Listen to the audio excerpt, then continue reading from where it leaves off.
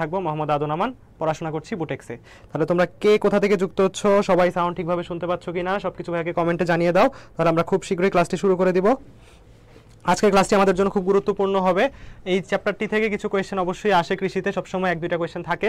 তো আমরা যেটা করব যে এই চ্যাপ্টারটা খুবই সহজ একটা চ্যাপ্টার, তাই না? তোমাদের হচ্ছে এটা শর্ট সিলেবাসে এই চ্যাপ্টারটা পুরোটা ছিল না। তো এই চ্যাপ্টারে যতটুকু প্রয়োজন, যতটুকু শর্ট সিলেবাসের ভিতরে এবং বাইরে থেকেও যতটুকু ইনফরমেশন জানা দরকার, এই ক্লাসের মধ্যে আমরা সবকিছু প্রিসাইজলি দেখব। আমরা আবারও বলছি, আমাদের এই কৃষি গুচ্ছ এই 2.0 কোর্স সেটার মধ্যে আমরা ক্লাসগুলো খুব প্রিসাইজলি নিব। ক্লাসগুলো খুব বেশি বড় 3-4 ঘন্টার লেংথি ক্লাস হবে না, যে তুমি করলা সেখান থেকে আসলে এত কিছু করাইলাম যে আসলে পড়ার উপায় নেই, এভাবে আমরা নিব না। আমরা ক্লাসগুলো আসলে এমনভাবেই নিব যে শিওর শর্ট ক্লাস, আমরা যা করবো সেগুলোই পরীক্ষাতে ইনশাল্লাহ কমন থাকবে। ঠিক আছে, আমাদের ক্লাসগুলো এমনই হবে। তো ক্লাসগুলো একটু ভালো মতো দেখো তোমরা সবাই, একটু ভাইকে জানাও সবকিছু ক্লিয়ার কিনা, সবকিছু শোনা যাচ্ছে কিনা, আর কে কোথা থেকে যুক্ত হচ্ছ সেটাও ভাইকে জানিয়ে দাও। আমরা খুব শীঘ্রই 1 থেকে 2 মিনিটের মধ্যে ক্লাসটা শুরু করে দিব। হ্যাঁ, আচ্ছা আচ্ছা, ওয়ালাইকুম আসসালাম। আব্দুর রহমান বলছে ভোলা থেকে, বকুল রায় উজ্জ্বল বলছে দিনাজপুর থেকে। সবাইকে স্বাগত জানাচ্ছি আমি আবারও। তো আমরা আজকে সুন্দরভাবে এই চ্যাপ্টারটা কমপ্লিট করব। সবাই ক্লাসের সাথে পূর্ণ মনোযোগ দিয়ে সম্পূর্ণটা সময় থাকবা।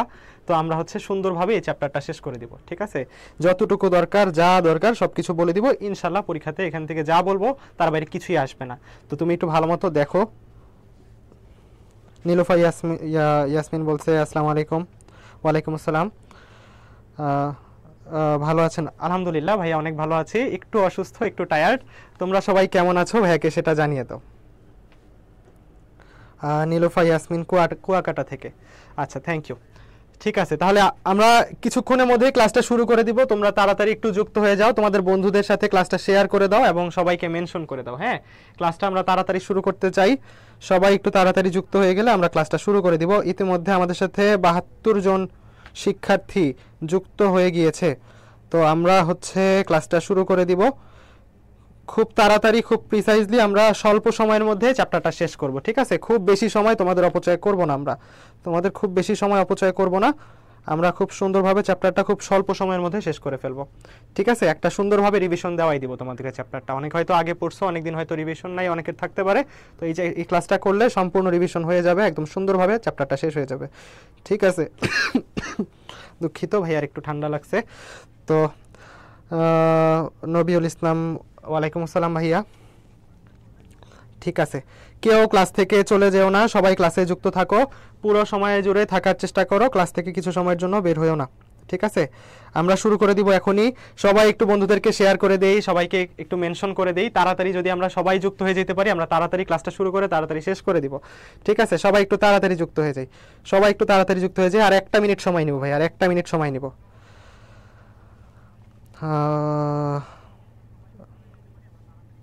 সবাই একটু তাড়াতাড়ি যুক্ত হয়ে যায়। হ্যাঁ, আর তোমরা অবশ্যই জানো আমাদের কৃষি প্লাস জিএসটি গুচ্ছ এই 2.0 কোর্সটি শুরু হয়ে গেছে।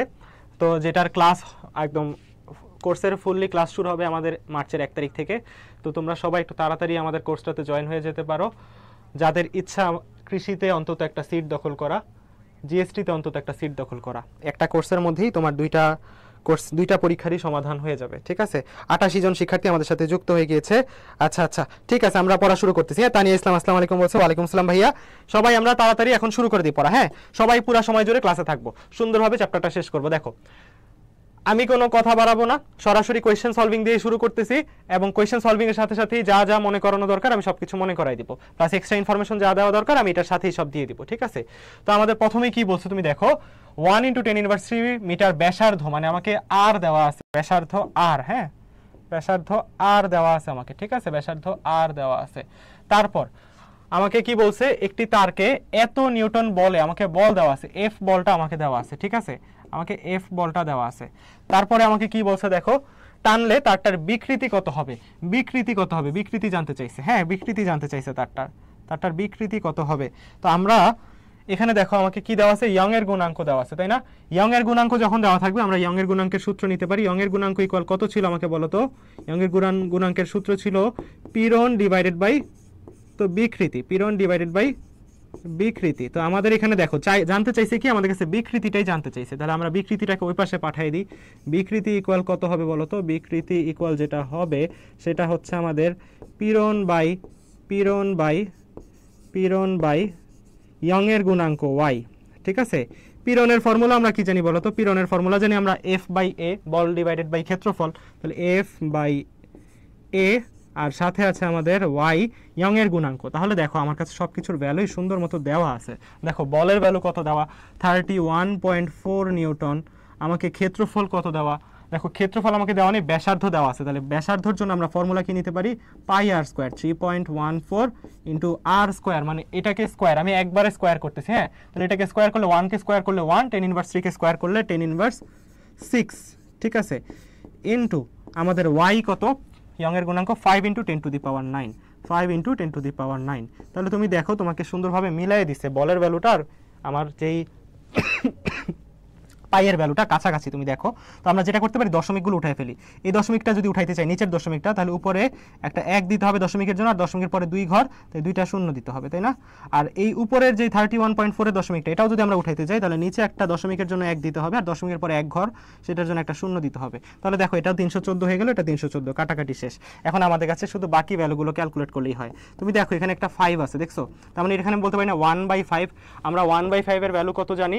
1/5 এর ভ্যালু হচ্ছে আমাদের 0.2। এগুলো আমরা একটু মনে রাখবো। তাহলে 1/5 এর ভ্যালু 0.2 লিখলাম।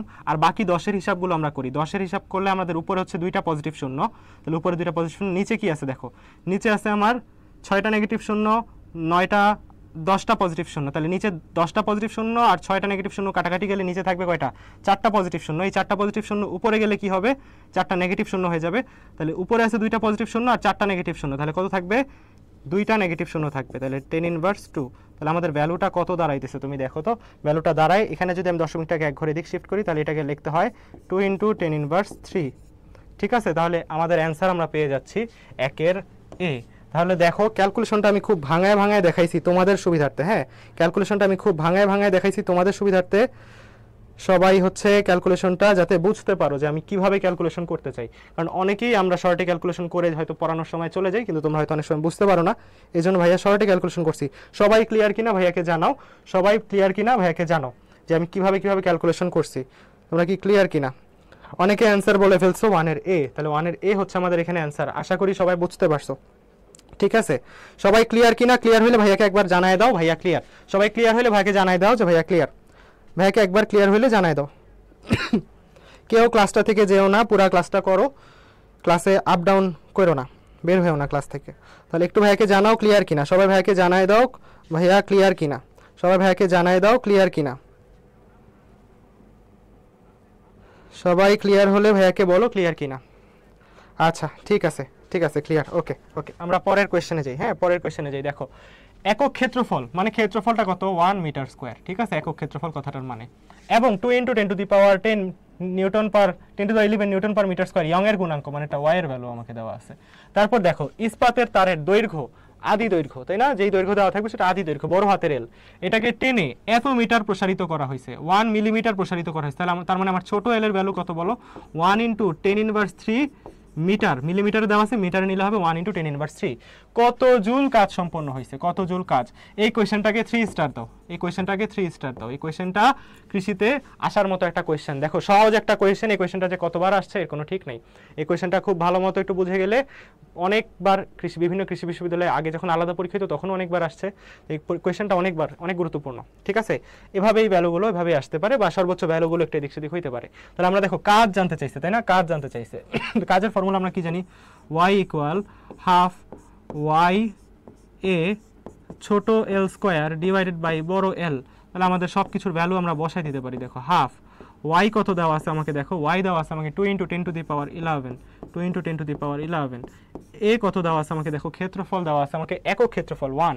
ছোট হাতের এল কত দেওয়া আছে? কতটুকু প্রসারিত হয়েছে? এটা 10 ইনভার্স 3, এটার উপরে স্কোয়ার, তাহলে এটাকে স্কোয়ার করলে হবে 10 ইনভার্স 6 ডিভাইডেড বাই বড় হাতের এল। বড় হাতের এল কত? 1 মিটার, তাহলে নিচে 1। তাহলে দেখো এই দুই কাটাকাটি যায়। তারপরে আমার উপরে আছে 11টা পজিটিভ শূন্য, 6টা নেগেটিভ শূন্য, তাহলে কাটাকাটি যে কি থাকবে?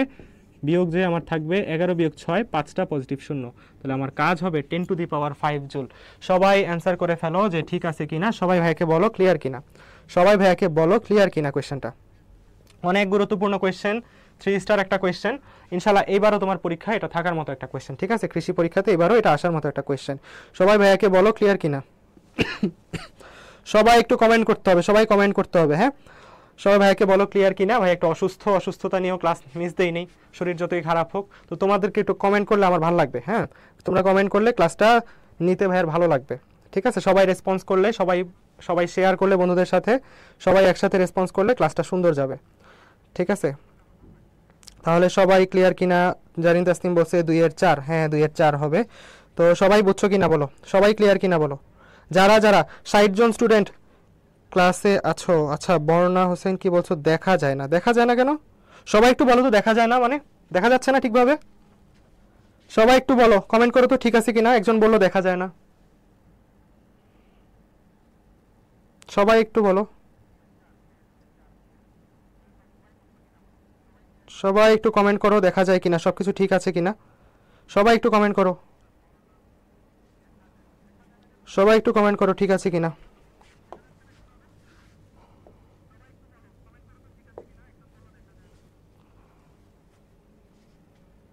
আচ্ছা আচ্ছা, জারিন তাসনিম বলছে ঠিক আছে, ওকে ওকে, তাহলে দেখা যায়। বেঞ্জির সবুজ বলছে দেখা যায়, ঠিক আছে ওকে। আমরা তাহলে পরের কোয়েশ্চেন দেখি। দেখো, পারদ ও কাচের মধ্যাকার স্পর্শকোণ থিটা, হ্যাঁ স্পর্শকোণ এটা কত? এখন তোমরা বলবা যে এই কোয়েশ্চেনটা তো এই টপিকটা তো আমাদের শর্ট সিলেবাসে ছিল না। এই দেখো, কিছু কিছু চ্যাপ্টারের কিছু কিছু টপিক শর্ট সিলেবাসে না থাকলেও আমাদের আসার জন্য গুরুত্বপূর্ণ। আমরা কোয়েশ্চেন অ্যানালাইসিস করে বলতে পারি এই ধরনের কোয়েশ্চেনগুলো যদি আমাদের শর্ট সিলেবাসে নাও থাকে, তারপরও শর্ট সিলেবাসে বাইরে থেকে যে সব কোয়েশ্চেনগুলো দেয় সেটা খুব কঠিন কোয়েশ্চেন দেয় না, সহজ কিছু বেসিক কোয়েশ্চেনগুলো দিয়ে দেয়। তো আমাদের কি কি শর্ট সিলেবাসের বাইরেও ইনফরমেশন জানা দরকার, সেটাও কিন্তু আমরা অ্যানালাইসিস করে আমাদের কোর্সের ক্লাসে সেগুলো গুছিয়ে দেওয়া হইতেছে, সেগুলো আমাদের কোর্সের ক্লাসে করানো হইতেছে। হ্যাঁ, শর্ট সিলেবাসের বাইরেও আমাদের কি কি ইনফো জানা দরকার। তো আমরা এটা নিয়ে এত বিস্তারিত কথা বলবো না, বিস্তারিত কথা হবে একদম পেইড ব্যাচের ক্লাসে। বা এখন আমরা হচ্ছে এই জিনিসগুলো একদম সংক্ষেপে জানার চেষ্টা করব। হ্যাঁ, সংক্ষেপে, যেহেতু আমরা বলছি প্রিসাইজ ক্লাস নেব, তো সংক্ষেপে এগুলো জানার চেষ্টা করব।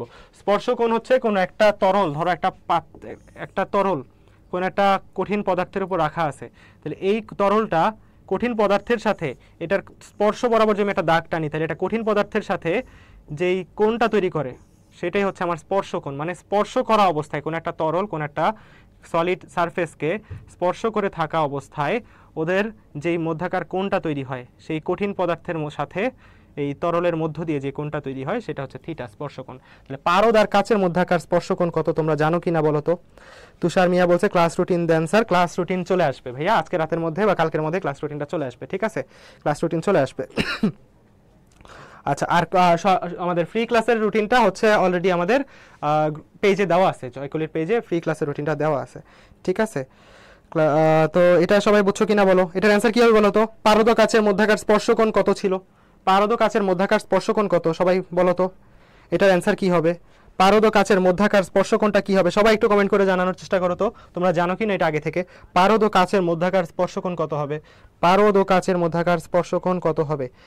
পারদ ও কাচের মধ্যাকার স্পর্শকোণ হবে 139 ডিগ্রি। হ্যাঁ, আমরা একটু ভালোভাবে বোঝার চেষ্টা করি। পারদ আর কাচের মধ্যে স্পর্শকোণ হবে, মানে এই যে কোণটা যেটা সেটা হবে স্থূলকোণ। এটার নাম কি? এটা স্থূলকোণ। 90 ডিগ্রির বড়, 180 ডিগ্রির ছোট, তো অপশনে স্থূলকোণও থাকতে পারে। তো স্থূলকোণ সেটা কত? 139 ডিগ্রি। এখন তুমি তাকায় দেখো, অপশনে তো 139 ডিগ্রি নেই, আছে 140 ডিগ্রি। তো কাছাকাছি এটাই অ্যান্সার, ঠিক আছে? কাছাকাছি এটাই অ্যান্সার। তাহলে আমাদের অ্যান্সার হবে এই ক্ষেত্রে 140 ডিগ্রি। সবাই ক্লিয়ার কিনা বলো, সবাই ক্লিয়ার কিনা ভাইয়াকে একটু বলো। 140 ডিগ্রি বিক্রম সানা বলছে, ঠিক আছে? সবাই আশা করি বুঝছো, ঠিক আছে? তো শর্ট সিলেবাসের বাইরে টুকটাক ইনফরমেশন যা জানা দরকার, যতটুকু দরকার আমরা অতটুকুই বলবো, ঠিক আছে? তুমি অতটুকু মনে রাখলেই হবে, কষ্ট করে অনেক বেশি মনে রাখতে হবে না, ঠিক আছে? আর যেগুলো বলবো সেগুলো অবশ্যই আসবে ইনশাল্লাহ, আসার মতো দেখেই বলবো, ঠিক আছে? তাহলে আমাদের 139 ডিগ্রি, বা এটা আমার এখানে অপশনে কাছাকাছি আছে 140 ডিগ্রিতে, আমরা দাগাবো 140 ডিগ্রি। তো এই হচ্ছে কথা। তারপরের টপিকে যাই। দেখো, তামার তারের ইয়ং এর গুণাঙ্কের মান, ওয়াই এর মান, হ্যাঁ ইয়ং এর গুণাঙ্কের মান দেওয়া আছে 20 × 10⁻11 newton per metre square. 1 centimetre square প্রস্থচ্ছেদ বিশিষ্ট সেন্টিমিটার স্কয়ার, মানে কি কিসের ভ্যালু দেওয়া? এটা ক্ষেত্রফল দেওয়া 1 সেন্টিমিটার স্কয়ার। এখন আমরা তো নিব মিটার স্কয়ারে, তাহলে মিটার স্কয়ারে কিভাবে নিব? 1 × সেন্টিমিটার স্কয়ারের সাথে যদি আমরা 10⁻4 গুণ করি তাহলে এটা হয়ে যাবে মিটার স্কয়ার। তাহলে ক্ষেত্রফলকে আমরা মিটার স্কয়ারে কনভার্ট করে ফেলছি, ঠিক আছে? তামার তারকে 10 দ্বিগুণ লম্বা করলে টেনে দ্বিগুণ লম্বা করছে, এই কথাটার মানে বুঝতে হবে। তো আমাদের আদি দৈর্ঘ্য কত ছিল বলো তো? আদি দৈর্ঘ্য ছিল হচ্ছে আমাদের, আদি দৈর্ঘ্য ছিল হচ্ছে মনে করো আমাদের বড় হাতের এল। তাহলে এটাকে পরবর্তীতে ডাবল করার পর এটা কত হয়ে গেছে বলো তো? ধরো আগে যদি এল পরিমাণ থাকে, এখন এটা ডাবল হয়ে গেছে, তাহলে কত হয়ে গেছে? 2L হয়ে গেছে, তাই না? 2L হয়ে গেছে লম্বা করার পরে। আগে মনে করো এটা এল ছিল এতটুকু, এখন এটা লম্বা করার পরে প্রসারিত করার পরে 2L হয়ে গেছে। তাহলে বাড়ছে কতটুকু বলো তো? বৃদ্ধি পাইছে কতটুকু? আমাদের ছোট এল এর মানে তো হচ্ছে কতটুকু বৃদ্ধি পাইলো, বলো কতটুকু বাড়ছে? তোমরা একটু কমেন্ট করে বলো তো কতটুকু বাড়ছে এখানে। ছোট এল এর ভ্যালু কত হবে? আগে ছিল বড় হাতের এল, এখন এটা বৃদ্ধি করার পরে হয়ে গেছে 2L। তাহলে ছোট হাতের এল মানে তো আমাদের কতটুকু বৃদ্ধি পাইছে বা কতটুকু পরিবর্তন হয়েছে, কতটুকু সংকুচিত হয়েছে বা প্রসারিত হয়েছে। তাহলে এখানে কতটুকু বৃদ্ধি পাইছে বলো তো? কতটুকু বৃদ্ধি পাইছে বলো তো? যদি ছোট হাতের বড় হাতের এল আর আদি দৈর্ঘ্য হয়, এটা পরবর্তীতে ডাবল হয়ে 2L হয়েছে, তাহলে ছোট হাতের এল এর ভ্যালু কত হবে? সবাই একটু কমেন্ট করে জানাও ভাইয়া, সবাইকে একটু কমেন্ট করতে হবে, সবাইকে একটু কমেন্ট করতে হবে। সবাই একটু কমেন্ট করে বলো যে ছোট হাতের এল কত হবে? ছোট হাতের এল হবে, আগে ছিল এটা এল, এখন হয়ে গেছে 2L। তাহলে প্রসারিত হইলে কতটুকু? এতটুকু না, মানে এল পরিমাণই না, দেখো এল পরিমাণই না। তাহলে আমাদের এখানে কত হবে বৃদ্ধিটা? 2L মাইনাস এল, মানে কত? শুধু এল, মানে আগে ছিল এল পরে হয়েছে 2L, তাহলে পরিবর্তন কতটুকু হয়েছে? 2L মাইনাস এল, তাহলে ছোট বড় হাতের এলই থাকবে। তাহলে আমাদের আদি দৈর্ঘ্য এল, ছোট হাতের এলও হচ্ছে বড় হাতের এল। ঠিক আছে, তাহলে আমাদের এখানে জানতে চাইছে কত মানের বলের প্রয়োজন হবে। তো আমরা ইয়ং এর গুণাঙ্কের ফর্মুলাটা অবশ্যই জানি। ইয়ং এর গুণাঙ্কের ফর্মুলাটা কি ছিল দেখো? কেন ইয়ং এর গুণাঙ্কের ফর্মুলা নিতেছি? ইয়ং এর গুণাঙ্ক দেওয়া আছে আর বল চাইছে।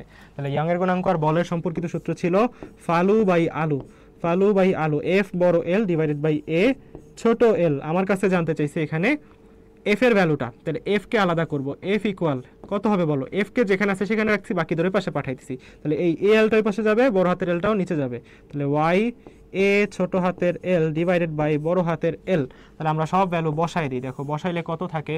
ওয়াই হচ্ছে 2 × 10⁻11, 10⁻11। এ হচ্ছে কত আমাদের? 1 × 10⁻4, 1 × 10⁻4।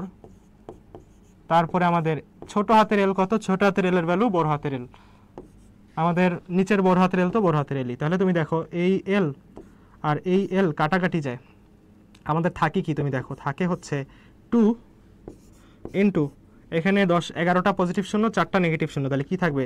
7টা পজিটিভ শূন্য থাকবে। 2 × 10⁻7 নিউটন। তাহলে আমাদের অ্যান্সার কোনটা হবে? তাহলে আমাদের অ্যান্সার হবে 4/C। অলরেডি অনেকে অ্যান্সার দিয়ে ফেলছো, অলরেডি অনেকে অ্যান্সার দিয়ে ফেলছো 4/C। সবাইকে ভাইয়া কিন্তু একদম খুব ভেঙে ভেঙে দেখানোর চেষ্টা করতেছি। হ্যাঁ, আমি কিন্তু চাইলে এগুলো টেনে টেনে করে দিতে পারি। আমি তোমাদের জন্য খুব ভাঙায় ভাঙায় করার চেষ্টা করছি যেন প্রত্যেকটা ক্যালকুলেশন তুমি বুঝো যে আসলে কিভাবে আমরা অ্যাপ্রোচগুলো করব, কিভাবে আমরা চিন্তাগুলো করব। সবাই ক্লাসের কমেন্ট করার চেষ্টা করি, সবাই ক্লাসে পূর্ণ মনোযোগ দিক, সবাই ক্লাসে কমেন্ট করার চেষ্টা করি। সবাই ক্লিয়ার কিনা বলো? সবাই ক্লিয়ার কিনা বলো? জারিন তাসনিম বলছে 4/C, সবাই বলো 4/C। ঠিক আছে, সবাই ক্লিয়ার? ওকে, তারপর দেখো ইস্পাত রাবারের চেয়ে অধিক স্থিতিস্থাপক কেন? এই কোয়েশ্চেনটার অ্যান্সার কি হবে বলো? ইস্পাত রাবারের চেয়ে অধিক স্থিতিস্থাপক কেন? এই কোয়েশ্চেনটার অ্যান্সার কি হবে? ইস্পাত রাবারের চেয়ে অধিক স্থিতিস্থাপক কেন? ইস্পাত রাবারের চেয়ে অধিক স্থিতিস্থাপক কেন? ইস্পাত রাবারের চেয়ে অধিক স্থিতিস্থাপক কেন? বকুল রায় উজ্জ্বল বলছে ক্লিয়ার। ঠিক আছে ভাইয়া, আগেরটা ক্লিয়ার, এটার অ্যান্সার দাও যে আমাদের ইস্পাত রাবারের চেয়ে অধিক স্থিতিস্থাপক কেন। আমরা কি দিয়ে স্থিতিস্থাপকতা মেজার করি বলো তো? আমাদের সৃজনশীলে অনেক কোয়েশ্চেন আসতো নিচের কোনটি বেশি স্থিতিস্থাপক, আমরা কি বের করে দেখাইতাম তখন বলো? ইয়ং এর গুণাঙ্ক, তাই না? ইয়ং এর গুণাঙ্ক যার বেশি স্থিতিস্থাপকতা তার বেশি, মানে স্থিতিস্থাপক গুণাঙ্ক যার বেশি তার স্থিতিস্থাপকতা তত বেশি। তাহলে ইস্পাতের স্থিতিস্থাপকতা যে রাবারের থেকে বেশি হবে, এটা কেন বেশি হবে সেটা ডিপেন্ড করবে স্থিতিস্থাপক গুণাঙ্কের উপরে। তাহলে অবশ্যই ইস্পাতের স্থিতিস্থাপক গুণাঙ্কের মান বেশি রাবারের চেয়ে, এজন্য রাবারের চেয়ে ইস্পাতের স্থিতিস্থাপকতাও বেশি। কথাটা বুঝছো কিনা বলো? জনি বর্মন বলছে স্যার এটা দিয়ে কি সকল প্রিপারেশন শেষ হয়ে যাবে? হ্যাঁ ইনশাআল্লাহ, তুমি ক্লাসগুলো করো। কৃষি এবং জিএসটির জন্য যতটুকু দরকার একদম প্রিসাইজলি ততটুকুই দেখানো হইতেছে। কৃষির টোটাল যে 9টা ইউনিভার্সিটি আর জিএসটিতে টোটাল সব মিলে যে কয়টা ইউনিভার্সিটি থাকে, তো সব টোটাল আমাদের অনেক বড় একটা পরীক্ষা, তাই না? কৃষিতেই আমাদের প্রায় 4000 সিট, 3863টা সিট শুধুমাত্র কৃষিতে। জিএসটিতে টোটাল অনেকগুলো সিট, তো সব মিলে আমাদের টোটাল এতগুলা সিটের জন্য তোমাদেরকে প্রিপেয়ার করা হইতেছে। ঠিক আছে, যতটুকু দরকার যেভাবে দরকার সব বলা হইতেছে। তোমরা যদি একটু ক্লাসগুলো রেগুলারলি করো তাহলেই যথেষ্ট তোমার প্রিপারেশন। ঠিক আছে, ক্লাসগুলো একটু রেগুলারলি করলে, পূর্ণ মনোযোগ দিলে যা বলতেছি ইনশাল্লাহ এগুলাই তুমি দেখতে পাবা পরীক্ষায়। যে শুধু একটু মনোযোগ দিয়ে ক্লাসগুলো করো। ঠিক আছে? এক্সট্রা ইনফরমেশনও যা জানা দরকার সবই ক্লাসের মধ্যেই বলে দেওয়া হবে। আর আমাদের ক্লাসগুলো দেখতেছো আমরা গুছানোভাবে, খুব সাজানো গুছানোভাবে সাজাইতেছি, একদম কোনো কিছুই বাদ দিতেছি না, যেগুলো দরকার সব কিছুই বলা হইতেছে। তাহলে আমাদের কোর্সের ক্লাসগুলো কেমন হবে তোমরা বুঝতেই পারতেছো। ঠিক আছে, কোর্সের ক্লাসগুলো এরকম খুবই সাজানো গোছানো হবে, অনেক কম্প্যাক্ট হবে, খুবই প্রিসাইজ হবে ক্লাসগুলো, কোনো কিছুই বাদও দেওয়া হবে না, আবার কোনো কিছু আজাইরা কথাও বলা হবে না, তোমার সময় নষ্ট করা হবে না। ঠিক আছে, তারপরে তো যেটা বলতেছিলাম, আমাদের কৃষি প্লাস জিএসটি গুচ্ছ এই 2.0 কোর্সটা অবশ্যই লঞ্চ হয়ে গেছে, তোমরা অবশ্যই জানো সেটা। তো আমাদের কোর্স ফি আমাদের 25শে ফেব্রুয়ারি পর্যন্ত বই সহ বলতে কোন বই? আমাদের কোর্সের সাথে কৃষি বিচিত্রা বইটি ফ্রি দেওয়া হইতেছে, তাই না? কৃষি বিচিত্রা বইটি ফ্রি দেওয়া হয়েছে, তোমরা অলরেডি জেনে গেছো এটা, যেটার বাজার মূল্য ছিল 550 টাকা। তো এই বইটা তোমার আলাদাভাবে কিনা লাগবে না, আমাদের কোর্সের মধ্যেই যেটা অন্তর্ভুক্ত। তাহলে এটা 25শে ফেব্রুয়ারি পর্যন্ত আমাদের টাইমলাইন ছিল যে 1500 টাকা বই সহ, আর বই ছাড়া ছিল হচ্ছে 1250 টাকা। তো তোমরা অনেকেই আমাদেরকে মেসেজ করছো যে ভাইয়া একটু সমস্যায় আছি, অনেক জায়গায় ভর্তি ফর্ম পূরণ করা লাগছে, তো আমাদের সময়টা একটু বৃদ্ধি করা হইলে ভালো হইতো। তো তোমাদের সবার কথা চিন্তা করে আমাদের এই ডেটটা এক্সটেন্ড করা হয়েছে 1 মার্চ পর্যন্ত। ঠিক আছে, 1 মার্চ পর্যন্ত তোমরা এই সেম প্রাইসে ভর্তি হইতে পারবা। আর তোমরা যারা হচ্ছে আজকেই ভর্তি হতে চাও, আমি আসলে বলবো তোমরা দেরি করো না। ঠিক আছে, আমাদের ক্লাস শুরু হয়ে যাইতেছে, তোমরা দেরি করো না, তোমরা তাড়াতাড়ি যুক্ত হয়ে যাও। তো তোমরা অবশ্যই এই নাম্বারটাতে যোগাযোগ করবা, হোয়াটসঅ্যাপ করবা 01758321206। ঠিক আছে, আমাদের হোয়াটসঅ্যাপ নাম্বারে যোগাযোগ করলেই আমাদের প্রতিনিধি তোমাকে যুক্ত করে নেবে আমাদের কোর্সে। ঠিক আছে, অথবা তোমরা আমাদের brainbuzz.com ওয়েবসাইটটিও ভিজিট করতে পারো। ঠিক আছে, brainbuzz.com। ঠিক আছে, তোমরা আমাদের ওয়েবসাইটটিও ভিজিট করতে পারো, এখানে তোমরা নিজে নিজে ভর্তি হতে পারবে। ঠিক আছে, তারপরে আমরা পড়াশোনায় আবার ফেরত আসি। দেখো নেক্সট কোয়েশ্চেন, 6 নাম্বার কোয়েশ্চেন। আচ্ছা, নেক্সট কোয়েশ্চেন দেখো, সাম্যাবস্থানে কঠিন পদার্থের অণুসমূহের আকর্ষণ বা বিকর্ষণ বল কত দূরত্ব থেকে সংগঠিত হয়? সাম্যাবস্থানে অণুসমূহগুলোর মধ্যকার দূরত্ব কত থাকে? এটার কোয়েশ্চেনের অ্যান্সার কি হবে তোমাদের থেকে একটু শুনতে চাই, যে তোমরা জানো কিনা, তোমরা একটু বলার চেষ্টা করো এটার অ্যান্সার কি হবে। তোমরা একটু বলার চেষ্টা করো এটার অ্যান্সার কি হবে। সাম্যাবস্থানে কঠিন পদার্থগুলোর অণুগুলো যখন সাম্যাবস্থানে থাকে তখন তাদের অণুগুলোর মধ্যে আকর্ষণ বিকর্ষণ বল কত দূরত্ব থেকে সংগঠিত হয়? সবাই একটু বলার চেষ্টা করো। আমাদের এখানে অ্যান্সার কোনটা হইতে পারে?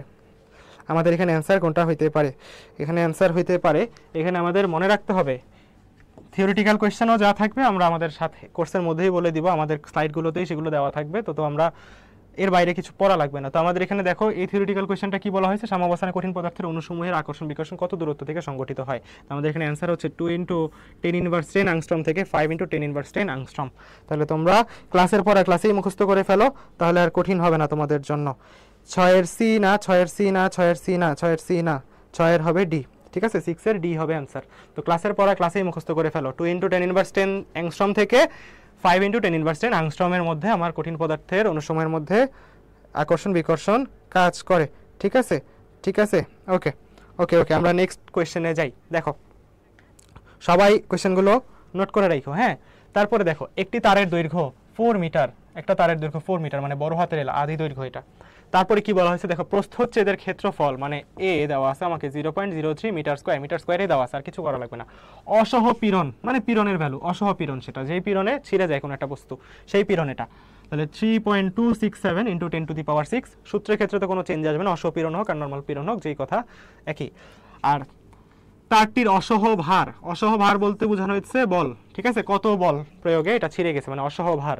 তাহলে আমাদের অসহ ভারটার ভ্যালু জানতে চাইছে, তাহলে বলো তো এটা অসহ পীড়ন হোক আর যেই পীড়ন নর্মাল পীড়নই হোক, ফর্মুলা তো একই, P = F/A।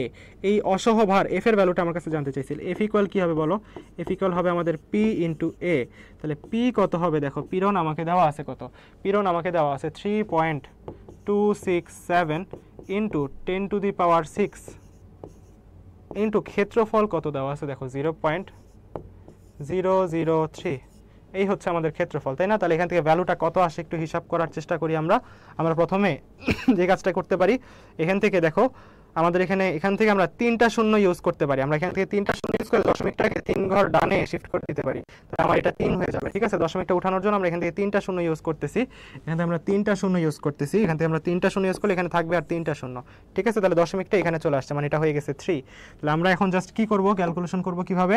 এখন আমরা জাস্ট হচ্ছে এই 3.267 কে 3 দ্বারা মাল্টিপ্লাই করব। তাহলে আমরা গুণ করলে কি পাই দেখো, 3 × 7 = 21 1 হাতে থাকে 2, 3 × 6 = 18 8 আর 2 কত হবে 18 আর 2 হচ্ছে 20-এর শূন্য, হাতে থাকে 2, 3 দুগুণে 6, 6 আর 2 8, হাতে থাকে আমাদের, হাতে কিছুই থাকে না, 3 3 9। ঠিক আছে, তাহলে আমাদের ইনটু কত থাকে দেখো, ইনটু থাকে 10 টু দি পাওয়ার 3, ইনটু থাকে 10 টু দি পাওয়ার 3। আচ্ছা, আর এখানে দশমিকটা কই হবে, দশমিকটা এখানে হবে, তাই না? এই যে দশমিকটা 3 দ্বারা মাল্টিপ্লাই করার পর দশমিকটা 3 ঘর এখানে হবে। এখন দেখো এই 3টা শূন্য দিয়ে তুমি দশমিকটাকে চাইলে আবার 3 ঘর শিফট করতে পারো, তাহলে আসবে কত, 9801 নিউটন। তাহলে আমাদের বলের, যেহেতু আমাদের এটা অসহ ভার মানে বল, সেটা আমাদের কোন এককে আসবে, অবশ্যই নিউটন এককে আসবে। এখন তুমি অপশনগুলোর দিকে তাকাই দেখে বলো তো অ্যান্সার কোনটা হবে, তোমাদের থেকে একটু শুনি। অলরেডি অনেক অ্যান্সার দিয়ে ফেলছো, 7 সি। তোমরা এই কোয়েশ্চেনের ফাঁদে পা দিয়ে দিছো, তোমাদেরকে যেই ফাঁদে ফেলতে চাইছিল তোমরা ঠিক সেম ফাঁদেই পা দিয়ে ফেলছো। সেই ফাঁদটা কি ছিল ভাইয়া বলো তো? এখানে অসহ ভার জানতে চাইছে, মানে বল জানতে চাইছে। তো অসহ ভার মানে আমাদের অসহ বল, একই কথা, তোমরা নিশ্চয়ই এটা বইতে পড়ছো, অসহ ভার অসহ বল সেম কথা। তাহলে এই যে বল এফটা আমরা বের করছি, এটা কোন এককে বের হবে, অবশ্যই নিউটন এককে বের হবে। তাহলে আমাদের এখানে অপশনের এককগুলো দেখো, এটা কি নিউটনে দেওয়া না কেজিতে দেওয়া? কেজিতে দেওয়া, তাহলে অবশ্যই আমাদের অ্যান্সার নিউটনে না, এটাকে আমাদের কেজিতে নিতে হবে। তাহলে বল মানে তো ওজন, এটা ওজন দেওয়া, তাহলে ওজন থেকে আমরা ভর মানে কেজি কিভাবে যাব বলো তো? 9.8 দিয়ে ভাগ করব না, মানে ডাব্লিউ ইকুয়াল এমজি, মানে বল পাইছি আমরা, মানে এটাই এফ। তাহলে এখানে তুমি এম কিভাবে পাবা বলো, এম ইকুয়াল কিভাবে পাবা, এফ বাই জি করলে পাবা না, মানে বলকে জি দ্বারা ভাগ করলে, মানে 9.8 দ্বারা ভাগ করলে। তাহলে এটাকে যদি আমরা 9.8 দ্বারা ভাগ করি, 9801, মানে 9800ই চিন্তা করতে পারি। এটাকে 9.8 দ্বারা যদি ভাগ করি তাহলে আমরা পাবো কেজি এককে এটার অ্যান্সার। তাহলে এটার অ্যান্সারটা কি আসতে পারি, তোমরা একটু অ্যান্সার করো তো, সবাই ক্যালকুলেট করে বলো তো। ভাইয়া এই কোয়েশ্চেনগুলো কি কৃষি বিচিত্রা বইয়ের মধ্যে আছে? হ্যাঁ ভাইয়া, কৃষি বিচিত্রা বইয়ের মধ্যে আছে। আর এফ রিপন পিডিএফ দিবেন না ভাইয়া? পিডিএফ তোমাকে দেওয়া হবে না, কিন্তু তুমি এই ক্লাসটাই সুন্দরভাবে দেখো, ক্লাসটা রেকর্ডেড থাকবে, তুমি ক্লাসটা নোট করে ফেলতে পারো। এবং নোট করে তুমি আমাদের কৃষির যেই তোমাদের জন্য যে গ্রুপটা খোলা হয়েছে, কৃষিগুচ্ছ 23-24, সরি কৃষিগুচ্ছ 24-25 যে গ্রুপটা খোলা হয়েছে, সেটার লিঙ্ক আমাদের জয়কুলির পেজেই দেওয়া আছে। তুমি ওই লিঙ্কটাতে ক্লিক করলে এই গ্রুপটাতে জয়েন হতে পারবা। তো তুমি এখানের যে ক্লাসগুলো আমরা করাইতেছি এটা নোট করে তুমি সেই গ্রুপে সাবমিট করতে পারো, ঠিক আছে? গ্রুপে পোস্ট করতে পারো, যেটা অন্যদের জন্য সুবিধা হবে, ঠিক আছে? তাহলে সবাই কি জিনিসটা বুঝছো? এটা ক্যালকুলেট করলে কি হবে বলো? 7 সি কি তাহলে অ্যান্সার? 7 সি তাহলে অ্যান্সার না, তো আমি তোমাকে ক্যালকুলেশন করে দিতেছি। দেখো আমরা এই দশমিকটা উঠাবো, এই দশমিক উঠানোর জন্য কি করব, উপরে 10 আনতে হবে, কারণ এই দশমিকের জন্য একটা 1, দশমিক উপর একটা শূন্য, ঠিক আছে? দশমিক পর 1 ঘর, তো একটা শূন্য। তাহলে এই 98 দিয়ে এই কি করবা, এই 9000 যে 800 ছিল নাকি, এই 9000, দেখো এটা কি 9801, তো আমরা এটা চিন্তা করি 9800, ঠিক আছে? এই একের জন্য আর মাথা খারাপ করবো কেন? তাহলে 9800 কে 98 দিয়ে ভাগ করলে কত থাকবে, 100 থাকবে। তাহলে 100 আর 10 গুণ করলে কত হবে, 1000 কেজি হবে, 1000 কেজি হবে। তাহলে আমাদের অ্যান্সার কোনটা হবে ভাইয়া? অ্যান্সার হবে আমাদের ডি। তাহলে দেখছো তুমি যে আমাদের কোয়েশ্চেনগুলো কীরকম ট্রিকি হয়ে থাকে। তো তুমি যদি খুব সতর্ক না থাকো তাহলে তোমার খুব কিন্তু ভুল হয়ে যাওয়ার চান্স থাকে। তাহলে তোমাকে খুবই সাবধানতার সাথে ক্যালকুলেশন করতে হবে, ঠিক আছে? অতি উৎসাহী হওয়া যাবে না, অতি কনফিডেন্ট হওয়া যাবে না, মানে অতি কনফিডেন্স পাওয়া যাবে না, কনফিডেন্স লিমিটের মধ্যে থাকতে হবে, ঠিক আছে? তাহলে দেখো আমরা আশা করি এটা বুঝছি, ঠিক আছে? আশা করি এটা বুঝছি। তাহলে আমরা এরপরের কোয়েশ্চেনে যাই। সাধারণ পানি ও কাচের মধ্যকার স্পর্শকোণ কত? একটু আগে আমরা দেখছি পারদ এবং আমাদের কাচের স্পর্শকোণ, সেটা কত ছিল, 139 ডিগ্রি ছিল। তাহলে আমাদের এখন জানতে হবে সাধারণ পানি আর কাচের মধ্যকার স্পর্শকোণ কত। সাধারণ পানি আর কাচের মধ্যকার স্পর্শকোণ হচ্ছে 8 ডিগ্রি, ঠিক আছে? 8 ডিগ্রি। তাহলে আমি তোমাকে আরো কিছু ইনফরমেশন লিখে দিতেছি। বিশুদ্ধ পানি, বিশুদ্ধ পানি, বিশুদ্ধ পানি ও কাচের স্পর্শকোণ, বিশুদ্ধ পানি ও আর কাচের মধ্যকার স্পর্শকোণ, এটা তো সাধারণ পানি। আমি তোমাকে এখানে বলছি বিশুদ্ধ পানি আর কাচের মধ্যকার স্পর্শকোণ, সেটা হবে 0 ডিগ্রি, ঠিক আছে? তো এখানে ছিল সাধারণ পানি ও কাচের মধ্যকার স্পর্শকোণ, সেটা হচ্ছে 8 ডিগ্রি, 8 ডিগ্রি। আর আমাকে যদি বলে বিশুদ্ধ পানি ও কাচের মধ্যকার স্পর্শকোণ, মানে সেটা টাচ করে থাকলে তাদের মধ্যে কত কোণ তৈরি হবে, সেটা হচ্ছে আমাদের 0 ডিগ্রি, ঠিক আছে? আর একটু জিনিস বলি, পানি আর রূপা, সাধারণ পানি আর রূপা, পানি আর রূপার মধ্যে যে স্পর্শকোণ, পানি আর রূপার মধ্যে যে স্পর্শকোণ, সেটা হচ্ছে আমাদের 90 ডিগ্রি। তাহলে এই ইনফরমেশনগুলো তুমি একটু মনে রাখতে পারো, ঠিক আছে? এই ইনফরমেশনগুলো তোমার মনে রাখতে হবে। তাহলে 8-এর অ্যান্সার কি হবে? 8-এর অ্যান্সার হবে বি, 8-এর অ্যান্সার হবে বি। দেখো ভুল হইতে পারে, কিন্তু আমরা ক্লাসের মধ্যেই সব ভুল সংশোধন করে শিখে ফেলবো, ঠিক আছে? অনেকে এ বলছো, অনেকে সি বলছো, কিন্তু আমরা এখন ক্লাসের মধ্যে শিখবো। আমাদের এখন টেন্ডেন্সি থাকতে হবে সবকিছু আমরা এখনই মুখস্থ করে ফেলবো, এখনের পরে এখনই শেষ করবো। সাধারণ পানি আর কাচের মধ্যকার স্পর্শকোণ কি? সাধারণ পানি বলে 8 ডিগ্রি, যদি বিশুদ্ধ পানি আর কাচ বলে তাহলে সেটা 0 ডিগ্রি, যদি পানি আর রূপা বলে তাহলে সেটা 90 ডিগ্রি। আর আমরা আরেকটা জিনিস একটু কি দেখছিলাম, পারদ আর কাচের মধ্যে কত, পারদ আর কাচের মধ্যে কত, পারদ আর কাচের মধ্যে 139 ডিগ্রি, ঠিক আছে, পারদ আর কাচের মধ্যে 139 ডিগ্রি, 139 ডিগ্রি। অপশন 140 থাকলে 140 টাকায় দিব, ঠিক আছে। আশা করি সবাই বুঝছো, ঠিক আছে, আশা করি সবাই বুঝছো, সবাই ক্লিয়ার। ক্লাসের পড়া ক্লাসেই মুখস্থ করব, ঠিক আছে। তারপর ইস্পাতের ইয়ংয়ের গুণাঙ্কের মান কত, দেখি এটার অ্যান্সার। এটা তোমরা অনেকবার প্রত্যেকটা কোয়েশ্চেনে মোটামুটি এই ইস্পাতের ইয়ংয়ের গুণাঙ্কটাই দেওয়া থাকে। তাহলে আমি তোমাদের থেকে একটু শুনতে চাই যে তোমরা তো অনেকদিন হইলো অ্যাডমিশন প্রিপারেশন নিতেছো, অনেকগুলো কোয়েশ্চেন সলভ করছো তোমরা ইতিমধ্যে, তো তোমাদের শুনতে চাই তোমাদের দেখা সব থেকে কমন ইয়ংয়ের গুণাঙ্ক কোনটা ছিল বলো তো। এখানে অপশনের মধ্যে সব থেকে কমন ইয়ংয়ের গুণাঙ্ক কোনটা সব থেকে বেশি দেখছো তোমরা, সেটাই হচ্ছে ইস্পাতের ইয়ংয়ের গুণাঙ্ক। ইস্পাতের ইয়ংয়ের গুণাঙ্কটাই আমাদের সবগুলো কোয়েশ্চেনে বেশিরভাগ সময় দেওয়া থাকে, ঠিক আছে। তাহলে এখানে বলো তো ইস্পাতের ইয়ংয়ের গুণাঙ্ক কোনটা হইতে পারে, কোনটা তোমার সব থেকে বেশি দেখা, সব থেকে বেশি দেখছো কোনটা তুমি? 9 এর সি, জানেন তাসনিম বলছে 9 এর সি, আর ফিপন বলছে 9 এর সি, শাবাশ, হ্যাঁ ভেরি গুড, 9 এর সি, 2 × 10⁻11, এটা হচ্ছে ইস্পাতের ইয়ংয়ের গুণাঙ্ক। তাহলে এটাও আমরা এইভাবে মনে রাখবো, ঠিক আছে, আমরা মনে রাখবো যে ইস্পাতের ইয়ংয়ের গুণাঙ্ক 2 × 10⁻11 নিউটন পার মিটার স্কয়ার, একক সহ মনে রাখবো। আরেকটা একক কি আমাদের ইয়ংয়ের গুণাঙ্কে, আরেকটা একক হচ্ছে প্যাসকেল, প্যাসকেল দিলেও সেটাও কারেক্ট, ঠিক আছে। তো প্রত্যেকটা জিনিস এভাবে মনে রাখবো, ঠিক আছে। 9 এর সি, 9 এর সি, 9 এর সি, 9 এর সি, 9 এর ডি বলছে একজন বিক্রম সানা, না ভাইয়া 9 এর ডি না। তুমি এখনই মনে রাখো যে আমরা যেই ইয়ংয়ের গুণাঙ্কটা বেশিরভাগ কোয়েশ্চেনে দেখতাম সেটা আসলে ইস্পাতের ইয়ংয়ের গুণাঙ্ক 2 × 10⁻11, বলাই থাকতো বেশিরভাগ কোয়েশ্চেনে বলাই থাকে যে ইস্পাতের ইয়ংয়ের গুণাঙ্ক এত, তারপর এটার ক্ষেত্রে আমি দৈর্ঘ্য এটা করছি সেটা করছি, তো আমরা খেয়াল দেই না। কিন্তু এই কোয়েশ্চেনটা কিন্তু কৃষিতে কয়েকবার আসছে, ঠিক আছে, কৃষিতে কয়েকবার আসছে, সামনেও আসার মতো কোয়েশ্চেন, ঠিক আছে, তো খেয়াল দিয়ে পড়তে হবে। তারপরে কোয়েশ্চেন আমরা যাই, দেখো তারপরে কোয়েশ্চেন আমরা যাই, কঠিন পদার্থের পয়জনের অনুপাত কত। কঠিন পদার্থের পয়জনের অনুপাত, কঠিন পদার্থের পয়জনের অনুপাত, পয়জনের অনুপাত কি ছিল, পার্শ্ব বিকৃতি ডিভাইডেড বাই দৈর্ঘ্য বিকৃতি, সেটা কত হয় ভ্যালুটা। কঠিন পদার্থের ক্ষেত্রে পয়জনের ভ্যালুটা কত হয়, কঠিন পদার্থের ক্ষেত্রে পয়জনের ভ্যালুটা কত হয়, কঠিন পদার্থের ক্ষেত্রে পয়জনের ভ্যালু হয় -1 থেকে 0.5 এর মধ্যে। কঠিন পদার্থের ক্ষেত্রে -1 থেকে 0.5 এর মধ্যে ইয়ংয়ের গুণাঙ্ক হয়। এটা কিভাবে হয়, এটা থিওরিটিক্যালি, ঠিক আছে, থিওরিটিক্যালি ঠিক আছে। বাস্তবে ইয়ংয়ের গুণাঙ্ক কখনো নেগেটিভ, মানে পয়জনের অনুপাত কখনো নেগেটিভ হইতে পারে না। তাহলে আমাদের বাস্তবে বেশিরভাগ কঠিন পদার্থের ক্ষেত্রে আমার এই পয়জনের অনুপাত সিগমার ভ্যালু কত হয়, ধাতব পদার্থের ক্ষেত্রে, বাস্তবে বেশিরভাগ ধাতব পদার্থের ক্ষেত্রে ইয়ংয়ের গুণাঙ্ক হয় 0.3, ঠিক আছে। বাস্তবে বেশিরভাগ ধাতব পদার্থের ক্ষেত্রে ইয়ংয়ের গুণাঙ্ক পয়জনের অনুপাত হয় 0.3, পয়জনের অনুপাত হয় 0.3। আর আমাদের এটার রেঞ্জটা কত হবে তাহলে, দেখো নেগেটিভ তো আসে নেই, তবে নেগেটিভ আসা পসিবল না। -1 থেকে 0.5 হচ্ছে আমাদের থিওরিটিক্যালি কথাটা, যে পয়জন অনুপাতের রেঞ্জ এত হয়, কিন্তু আমাদের বাস্তবে যেহেতু নেগেটিভ হওয়া পসিবল না, তাহলে আমাদের নেগেটিভ পার্টটা বাদ গেলে কত থেকে শুরু হবে বলো তো, 0 থেকে শুরু হবে। তাহলে বাস্তবে আমাদের এই সিগমা মানে হচ্ছে আমাদের পয়জন অনুপাতের রেঞ্জটা হবে 0 থেকে আমাদের সিগমা শুরু হবে, আর আমাদের এই 0.5 পর্যন্ত হবে, ঠিক আছে। আমাদের 0 থেকে 0.5 আচ্ছা 10-এর 4 আচ্ছা। আফরা বিনতে বলছো 7.8, এই রেজাল্ট দিয়ে কি জিএসটিতে অ্যাপ্লাই করা যাবে? যাওয়ার কথা ভাইয়া, আমি আসলে খেয়াল নেই এখন, হয়তো যাবে, হ্যাঁ আমি দেখিনি আসলে সার্কুলারটা, এবার তো সার্কুলার এখনো হয়নি, তো আগের সার্কুলার অনুযায়ী হবে হয়তো, ঠিক আছে। তারপর দেখো একটি দীর্ঘতারে 0.01 মিটার দৈর্ঘ্য বিকৃতির জন্য, একটি দীর্ঘতারে 0.01 মিটার দৈর্ঘ্য বিকৃতির জন্য, মানে বিকৃতিটা দেওয়া আছে, হ্যাঁ দৈর্ঘ্য বিকৃতি দেওয়া আছে এত, পার্শ্ব বিকৃতি হয় এতটুকু, দৈর্ঘ্য বিকৃতি এত, পার্শ্ব বিকৃতি হয় এত। পয়জনের অনুপাত কত, পয়জনের অনুপাত মানেই কি ছিল, সিগমা, সেই সিগমা ইকুয়াল ছিল পার্শ্ব বিকৃতি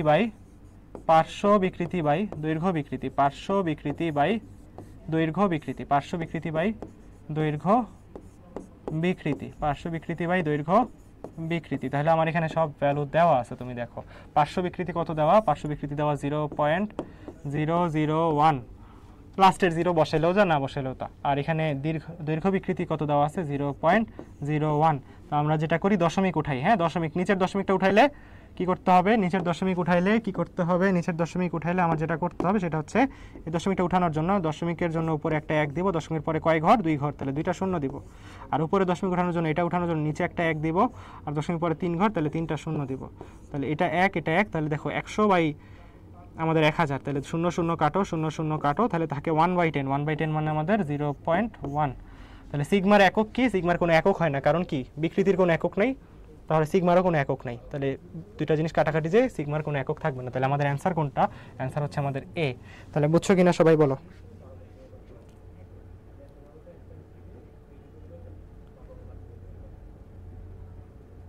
আচ্ছা, অন্তরা প্রামাণিক জিজ্ঞেস করছো এই পেজে ডেইলি ক্লাস হয় কিনা। হ্যাঁ ভাই, আমাদের ডেইলি কৃষি প্লাস জিএসটি গুচ্ছের জন্য ক্লাস চলতেছে, চলমান আছে আমাদের ফ্রি ক্লাসগুলো। তুমি ফ্রি ক্লাসগুলো করতে থাকো, কিন্তু ফ্রি ক্লাসগুলো আমাদের বেশি দিন হবে না, 1 তারিখ থেকে আমাদের কোর্স শুরু হয়ে যাচ্ছে। হ্যাঁ, তখন ক্লাসগুলো শুধুমাত্র প্রাইভেট গ্রুপে পেইড ব্যাচের ক্লাস নেওয়া হবে। তাহলে আমরা এই যেভাবে তোমাকে পড়াইতেছি এর থেকে আরও বেশি গুছানোভাবে আমরা ওখানে পড়বো। তো তোমরা দেখতেই পাচ্ছ আমরা খুব গুছানোভাবে ক্লাসগুলো করতেছি, প্রত্যেকটা জিনিস তোমাকে ধরায় ধরায় বলে দিতেছি কী কী জানা দরকার, কী কী পড়তে হবে, আর এগুলোই তোমার পরীক্ষা ইনশাল্লাহ আসবে। তো এই বছরের জন্য ইম্পর্টেন্ট কোয়েশ্চেনগুলোই তোমাকে আমরা দেখাইতেছি, তাহলে তোমরা খুব দ্রুত আমাদের কোর্সে যুক্ত হয়ে যেতে পারো। ঠিক আছে, তারপরে আমরা সামনে আগাই। হ্যাঁ, সামনে আগাই। দেখো, তারপরে দেখো স্থিতিস্থাপকতার হুকের সূত্র। হুকের সূত্র কত পপুলার একটা সূত্র, কত পড়ছি আমরা, তাই না? হুকের সূত্র কত পপুলার একটা সূত্র। এই সূত্রটা কত সালে প্রকাশিত হয়েছিল? এই সূত্রটা কত সালে প্রকাশিত হয়েছিল? আগের কোয়েশ্চেন অ্যান্সার অনেকেই দিয়েছিল, ইভান এ, মাসকাত মাইশা, উম্মে সাদিয়া, মুন্নি, জারিন তাসনিম, আর যে বাবলা, সবাই অ্যান্সার দিয়ে ফেলছে আগের কোয়েশ্চেনটা এ। আমি জানতে যাচ্ছি 12 নম্বর কোয়েশ্চেনের অ্যান্সারটা কি হবে এই হুকের সূত্র। হুকের সূত্র কি ছিল বলো তো? হুক বলছিল স্থিতিস্থাপক সীমার মধ্যে পীড়ন আর বিকৃতি সমানুপাতিক, পীড়ন সমানুপাতিক বিকৃতি, এটা বলছিল হুক, তাই না? এই পীড়ন সমানুপাতিক বিকৃতি, এখান থেকে আমরা ইয়ং এর গুণাঙ্ক, তারপর হচ্ছে আয়তন গুণাঙ্ক, ক্রিন্তন গুণাঙ্ক, সব ধরনের গুণাঙ্কগুলো এখান থেকেই পাইছিলাম। ঠিক আছে, তাহলে এখানে এই সূত্রটা কত সালে দেওয়া হয়েছিল? এই সূত্রটা কত সালে দেওয়া হয়েছিল? এই সূত্রটা দেওয়া হয়েছিল, একজন কমেন্ট করছে রাফিদ খান 12 1878। এটা কি সঠিক? সবাই কমেন্ট করো, সবাই কমেন্ট করো, এটা কি হবে? সবাই কমেন্ট করো, এটা কি হবে? সবাই কমেন্ট করো, এটা কি হবে? স্থিতিস্থাপক গুণাঙ্কের সূত্রটা কত সালে দেওয়া হয়েছিল? সবাই কমেন্ট করো। এটা হচ্ছে 12 না, 12 না। তোমরা সবাই কেন 12 বলতেছো? 1678 সালে দেওয়া হয়েছিল। ঠিক আছে, 1678 সালে দেওয়া হয়েছিল। পীড়ন বিকৃতির সমানুপাতিক, এটা হচ্ছে আমাদের এই স্থিতিস্থাপকতার হুকের সূত্র। কত সালে দেওয়া হয়েছিল? সেটা হচ্ছে পীড়ন বিকৃতির সমানুপাতিক সূত্রটা হচ্ছে এটা। এই সূত্রটা দেওয়া হয়েছিল 1678 সালে। তাহলে আমাদের অ্যান্সার হচ্ছে 12 এ। আমাদের অ্যান্সার হচ্ছে 12 এ। ঠিক আছে, সাদিয়া জাহান নরি 12 এ বলছে। হ্যাঁ ভাইয়া, 12 এ। বাকিরা সবাই 12 কেন বলতেছে? এটার অ্যান্সার হবে 12 এ। ঠিক আছে, এটার অ্যান্সার হবে 12 এ। ঠিক আছে, সবাই একটু মনে রাখবো। ঠিক আছে, আমরা ভুল থেকেই শিখতে চাই, আমরা ভুল থেকেই শিখতে চাই। ভুল হবেই, কিন্তু আমরা ভুল থেকে শিখে ক্লাসের পড়া ক্লাসেই মুখস্থ করবো। তাহলে আমাদের অ্যান্সার কত? আমাদের অ্যান্সার হবে 1678। আমাদের অ্যান্সার হবে 1678। আমাদের অ্যান্সার হবে 1678। ঠিক আছে, হুকের সূত্রটা দেওয়া হয়েছে 12 এ 1678 সালে। ঠিক আছে, ঠিক আছে, আমরা থিওরিটিক্যাল যা কোয়েশ্চেন জানা দরকার সেটাও ক্লাসের মধ্যেই করাই দিব। ঠিক আছে, তারপরও অনেকেই কমেন্ট করছো আমাকে যে কোর্সে ভর্তি হতে চাই। অন্তরা প্রামাণিক কমেন্ট করছিল আমি ভর্তি হব। তো ভাইয়া, ভর্তি হওয়ার জন্য তুমি আমাদের এই হোয়াটসঅ্যাপ নাম্বারটাতে যোগাযোগ করো, 01758321206, 01758321206। তুমি এখনই আমাদের এই হোয়াটসঅ্যাপ নাম্বারটাতে মেসেজ করো। যারা যারা আমাদের কোর্সে দ্রুত যুক্ত হইতে চাও, আমাদের এই নাম্বারটাতে এখনই যোগাযোগ করো। তোমাদের ডিসকাউন্ট প্রাইসের সময় বাড়ায় 1 মার্চ পর্যন্ত করা হয়েছে তোমাদের অনেকের রিকোয়েস্টের প্রেক্ষিতে। তো তোমরা যারা এখনই যুক্ত হইতে চাও, সময় আর অপচয় করতে চাও না, তারা আমাদের এই হোয়াটসঅ্যাপ নাম্বারটাতে এখনই মেসেজ করে ফেলো। খুব শীঘ্রই তোমাকে কোর্সে এনরোল করে ফেলা হবে। ঠিক আছে, আচ্ছা, তারপরে আমরা যাই। দেখো, তারপরে স্থিতিস্থাপক সীমার মধ্যে বস্তুর দৈর্ঘ্য পীড়ন ও দৈর্ঘ্য বিকৃতির অনুপাত ধ্রুব সংখ্যাকে কি বলে? ঠিক আছে, স্থিতিস্থাপক সীমার মধ্যে আমাদের দৈর্ঘ্য একটু মিস্টেক আসছে এখানে।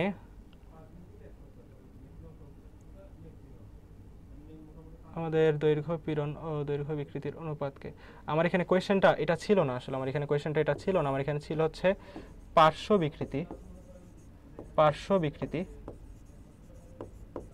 স্থিতিস্থাপক সীমার মধ্যে পার্শ্ব বিকৃতি ও দৈর্ঘ্য বিকৃতির অনুপাত একটা ধ্রুব সংখ্যা। এই ধ্রুব সংখ্যাটাকে কি বলে? এই ধ্রুব সংখ্যাটাকে কি বলে? সবাই এখন কোয়েশ্চেনটার অ্যান্সার দাও। স্থিতিস্থাপক সীমার মধ্যে পার্শ্ব বিকৃতি ও দৈর্ঘ্য বিকৃতির অনুপাত একটা ধ্রুব সংখ্যা, সেই ধ্রুব সংখ্যাটাকে কি বলে? পার্শ্ব বিকৃতি আর দৈর্ঘ্য বিকৃতির অনুপাতকে কি বলা হয়? 13 C answer. 13 C answer. Umme Sadia Munni বলে ফেলছে 13 সি অ্যান্সার। কেন? কারণ আমার কোয়েশ্চেনটা আসলে একটু মিস্টেক ছিল, এখানে মিস্টেক হয়ে কি ছিল, স্থিতিস্থাপক সীমার মধ্যে বস্তুর পার্শ্ব বিকৃতি আর দৈর্ঘ্য বিকৃতির অনুপাত কি সেটা জানতে চাওয়া হয়েছে, সেটা হচ্ছে পয়জনের অনুপাত। ঠিক আছে, ঠিক আছে, বুঝছো? 13 সি টুম্পা দাস, বিক্রম সানা, নাসিমা ইসলাম, জারিন তাসনিম, উম্মে সাদিয়া মুন্নি, রাফিদ খান, বিক্রম সানা সবাই বলে ফেলছো 13 সি। ঠিক আছে, ঠিক আছে, ওকে, আমরা সামনে যাই। দেখো, বস্তুর যে ধর্মের জন্য গ্লাসের গায়ে পানির ফোঁটা লেগে থাকে, বস্তুর যে ধর্মের জন্য আমরা একটা গ্লাস নিলে সেই গ্লাসের গায়ে পানির ফোঁটাটা লেগে থাকে, এই যে পানির ফোঁটাটা গ্লাসের গায়ে লেগে থাকে, এটা আসলে কোন ধর্মের কারণে হয়? এটা আসলে কোন ধর্মের কারণে হয়? এটাও তোমাদের শর্ট সিলেবাসের মধ্যে আসলে ছিল না। তো আমাদের এই ছোটোখাটো টপিকগুলো, একদম ছোট্ট বেসিক জিনিসগুলো আমাদের শর্ট সিলেবাসে না থাকলেও আমাদেরকে অবশ্যই পড়ে যেতে হবে। আমরা অবশ্যই তোমাকে এগুলো পড়াবো, কারণ এগুলো থেকে কোয়েশ্চেন আসে। ঠিক আছে, শর্ট সিলেবাসের বাইরে থেকেও যে কোয়েশ্চেনগুলো আসে, 1-2টা কোয়েশ্চেন, সেই 1-2টা কোয়েশ্চেনও করতে আসবে, সেটাও আমরা ইনশাল্লাহ কমন ফলাই দিব। ঠিক আছে, তাহলে আমাদের এখানে কিছু জিনিস আমরা জানবো যে একই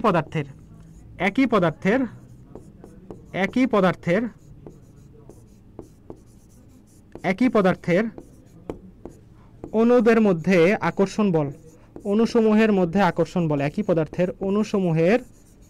অণুসমূহের আকর্ষণ বল এটাকে কি বলে? একই পদার্থের অণুসমূহের মধ্যাকার আকর্ষণ বল, একই পদার্থের অণুসমূহের মধ্যাকার আকর্ষণ বল, একই পদার্থের অণুসমূহের মধ্যাকার আকর্ষণ বলকে বলা হয় কি আমাদের? সংশক্তি বল, সংশক্তি বল। ঠিক আছে, ধরো পানির একটা অণুর সাথে আরেকটা অণুর যে আকর্ষণ বল, পানিগুলো একসাথে কেন আছে, সেই বলটা হচ্ছে সংশক্তি বল। একটা পানির অণু আর একটা পানির অণুর সাথে কেন একসাথে আছে, সেটা হচ্ছে সংশক্তি বল। কিন্তু এটা তো একই পদার্থের অণুসমূহের মধ্যাকার আকর্ষণ বল, কিন্তু যদি ভিন্ন পদার্থের মধ্যাকার আকর্ষণ বল হয়, ভিন্ন পদার্থের মধ্যাকার আকর্ষণ বল জিজ্ঞেস করে, তাহলে সেটা হবে হচ্ছে আমাদের আসঞ্জন বল।